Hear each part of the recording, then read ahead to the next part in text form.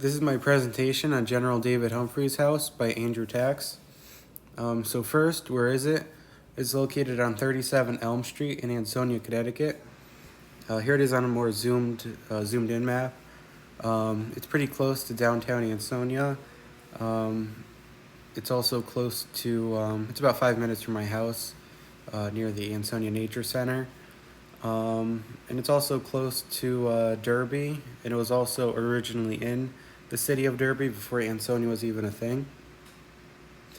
In this next map, a more zoomed out map, here's the house compared to Fairfield Prep. It's about a 45-minute drive from Prep to his house. So what is it? It is given its name, the birthplace of David Humphrey, from 1752 to 1818. So more on David Humphrey. He fought during the American Revolutionary War. He was the aide-de-camp to George Washington, along with also being his speechwriter. Humphrey was an intelligence agent for Benjamin Franklin in Paris. And also Humphrey was an American minister to Portugal and then to Spain, where he brought home the merino sheep to America. He was also a prolific poet, author, and member of the Hartford Wits, which is kind of like a newspaper back then. As a speechwriter to George Washington during his administration, Humphrey was the nation's first U.S. presidential speechwriter. Humphrey also was in the Battle of Gettysburg, and due to his leadership, which was very instrumental in coordinating the Union forces' defensive plan, it led to the successful repulsion of Confederate attacks on key positions. Some more broader historical context and Eric Foner's take on General Humphrey. General Humphrey, through his many heroic actions during his military career and beyond, helped shape the foundation of the United States. And in the textbook, the surrounding ties to Humphrey would be in Chapter 5, the American Revolution, and all the subsections of Chapter 5. So as Foner remarked, General David Humphrey's military career took place during the American Revolution, which was a period of intense political and social upheaval in the American colonies. The revolution marked a significant shift in the relationship between Britain and its American colonies, leading to the establishment of the United States as an independent nation. Humphrey's service occurred in the context of this revolutionary struggle for independence. Foner also said during the American Revolution, General David Humphrey served under the command of General George Washington. Washington was the commander-in-chief of the Continental Army and played a pivotal role in the American victory over the British. Humphrey's association with Washington and his participation in key battles, such as the Battle of Yorktown, highlights his involvement in the critical moments of the Revolution. Finally, Foner also stated that General Humphrey, in his military career, coincided with a period of political and intellectual ferment known as the Age of Enlightenment. This era emphasized reason, individual rights, and the pursuit of liberty. The ideals of the Enlightenment, particularly the concept of natural rights, had a profound influence on the American Revolution and the formation of the United States. Humphrey's service can be understood within the context of these Enlightenment ideals and their impact on the revolutionary struggle. So to the right here, we have a picture of David Humphrey's grave, which is actually, or his monument, in New Haven, Connecticut. And over here is his house. To the left is a picture of it in the late 19th century. And then the middle picture is before restoration. And then the final picture is kind of what it looks like today as of 1997. And in 1998, they removed that big tree in the front of his house. But it pretty much looks the same. It's a little different. So David Humphrey on our American promise. General David Humphrey helped uphold and shape America's promise by supporting its message through his service with Washington, through his bold military actions, and through his entrepreneurial career.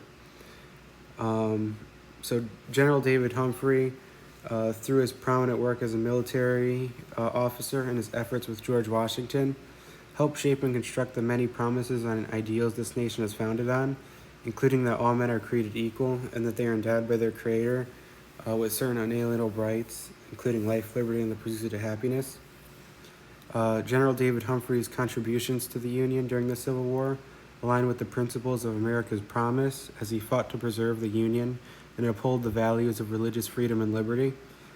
General Humphrey, being George Washington's speechwriter, advocated for the promises of this nation was built on in his everyday life. He also exemplifies certain aspects of our American promise by becoming an entrepreneur and adventuring to bring those merino sheep to America. After fighting for our American promise during his military career, he continues his fight for justice and freedom through his work as a state legislator for Connecticut and through his work as a news reporter for the Hartford Wits. Foner also described this period that General Humphrey impacted so greatly as an era that sheds light on the challenges faced by those who fought to implement our American promise, including the struggles and complexities of societal transformation and progress during the Reconstruction era and Civil War. So why do I think this site is interesting? I think it's pretty interesting because, well, Ansonia has a lot of interesting things. It has the Ansonia Opera House, which was shut down sometime in the 1900s. It's also known as the Copper City due to its many copper manufacturing facilities. I just found David Humphrey's house to be one of those interesting sites, along with the many others in Ansonia, because it represents a vital time in American history that a fellow member of the Ansonia community was a part of and helped shape. In this picture to the left here is David Humphrey holding, he was actually the first man to hold the British flag as the British surrendered. This is just a look inside his house, and it's one of the 5 fireplaces of Humphrey's house. And finally, this is the benches, which is where Humphrey and his family would sit for dinner. So I found his house and background to be interesting, as he had many ties to Connecticut and the surrounding area. He also went to Yale, and during his time there founded the Brothers in Unity, a debating society that came to prominence in the 1800s. Another fact I found interesting about his early life was the many prominent friends he made at Yale, including Timothy Dwight IV, who later became one of Yale's great presidents, John Trumbull, a poet and lawyer, and cousin of the painter of the same name, and Joel Barlow, a poet and diplomat. Humphrey was also engaged in military action in the Battle of Ridgefield following the burning of Danbury. And he's also pictured immediately behind George Washington in the United States Capitol Rotunda in Washington, D.C., in John Trumbull's 1824 portrait titled General George Washington Resigning His Commission. So here's more inside of the Humphrey's house. You can take tours there,